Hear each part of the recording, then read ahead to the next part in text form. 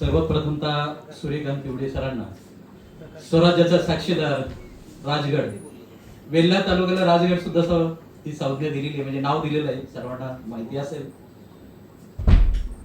सरांसाठी एकदा जोरदार टाळ्या. त्यांच्या या नाट्याबद्दल मी दोनच ओळी बोलतो की घासल्याशिवाय धार नाही तलवारीच्या पातीला, घासल्याशिवाय धार नाही तलवारीच्या पातीला, आणि मर्द मावळ्याशिवाय पर्याय नाही महाराष्ट्राच्या मातीला. मर्द मावळ्याशिवाय पर्याय नाही महाराष्ट्राच्या मातीला. कवितेचं शीर्षक आहे डॉक्टर बाबासाहेब आंबेडकर आणि शीर्षक समतेचा अरमान आहे. अंधारातही पेटलेला ज्ञानाचा अरमान आहे. अंधारातही पेटलेला ज्ञानाचा अरमान आहे.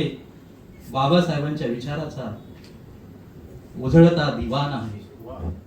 बाबासाहेबांच्या विचारांचा उजळता दिवाण आहे आणि दडपलेल्या जीवांच्या ओठी स्वाभिमानांचा गाण आहे.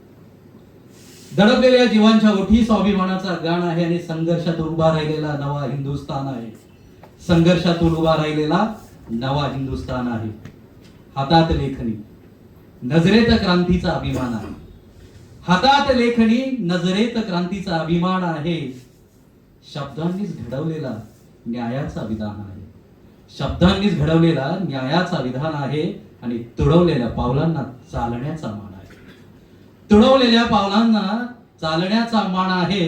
त्यांच्याच कृपेनेच जगण्याला नवा संधान आहे.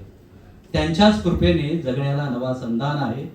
समता, बंधुता, स्वातंत्र्य यांचा महान गाणं आहे. समता, बंधुता, स्वातंत्र्य यांचा समान महान गाणं आहे आणि संविधानात गुंफलेला तोच खरा सन्मान आहे. संविधानात गुंफलेला तोच खरा सन्मान आहे. नमन त्या महामानवाला, नमन त्या महामानवाला ज्याचा अमर स्थान आहे आणि आजही प्रत्येक अंतरी त्याचा जिवंत ज्ञान आहे. त्याचा जिवंत ज्ञान आहे. अंधारातही पेटलेला ज्ञानाचा अरमान आहे. बाबासाहेबांच्या उच्चारांचा उजळता दिवा. धन्यवाद.